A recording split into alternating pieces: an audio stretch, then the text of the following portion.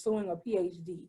And I wanted for us to talk a little bit about that because I, again, am always so happy to see that type of work taking place.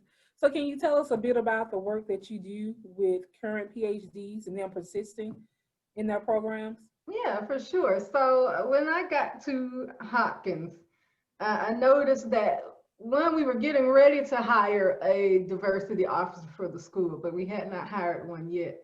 And I saw a need for trying to develop a network for students and postdocs, because postdocs are often kind of overlooked. Mm-hmm. I thought back on my own experience in my PhD program. I was the only African American student in my group. So, and then I went to school in Texas. So let me say that. And so we had lots of Latinx and Hispanic students, and that was what they considered diversity at the school. Nobody really considered Black students as a whole. And so I was the only one. And being that isolated, it was just hard. Like, there were lots of times where I think I was driving home at least every weekend for the first few months. Mm-hmm. And then I realized that there were some other African American students in other programs like health behavior and what's another one that African American students tend to flock towards, mental health and things like that. But in epidemiology, it was just me. Yes, you. Yeah, just me. And my classes, when we got put into groups, nobody wanted to be in a group with me. That's the way you felt. Yes, I know. Yeah, it's like nobody wants to be in a group with me until they found out I knew what I was doing. Then everybody wanted to be in a group with me. Right. But, Mm-hmm. yeah, but just based on that experience, I thought, I don't want these students at Hopkins to feel the way that I felt when I was working on my PhD. And we know that a lot of students from underrepresented backgrounds will drop out within the first 2 years. And what we found from interviews is that it's one, they didn't feel supported, and two, they didn't have a lot of mentoring.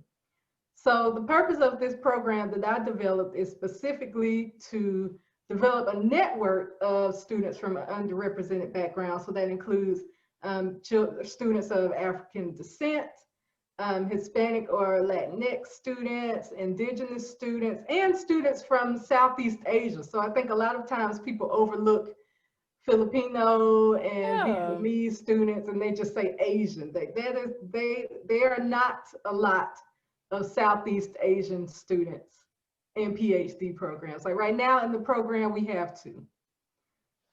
So I've put all of those students in this program, and what we do is, one, we provide mentoring for them so that if they have questions, they have somebody that they can go and ask. So not just faculty mentoring, but we have peer plus mentoring, which means that's great.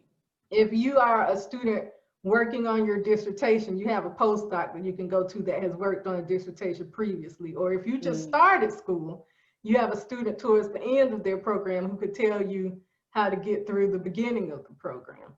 Gotcha. And we also have money for travel awards when people can travel again, to go to conferences and things like that.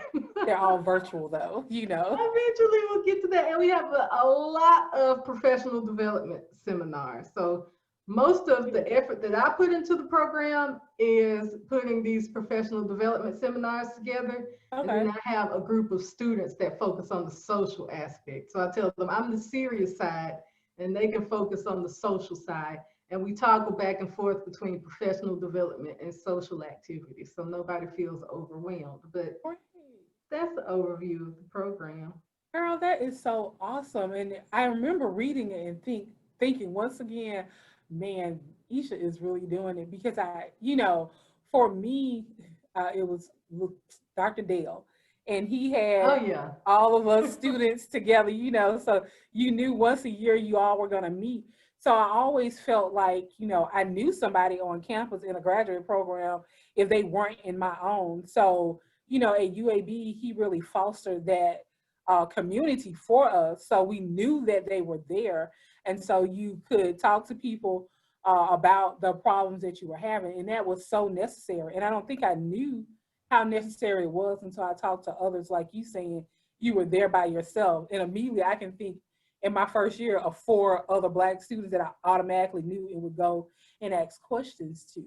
So it's really important to have, especially when we talk about persisting. And so I'm glad to see that you're doing that.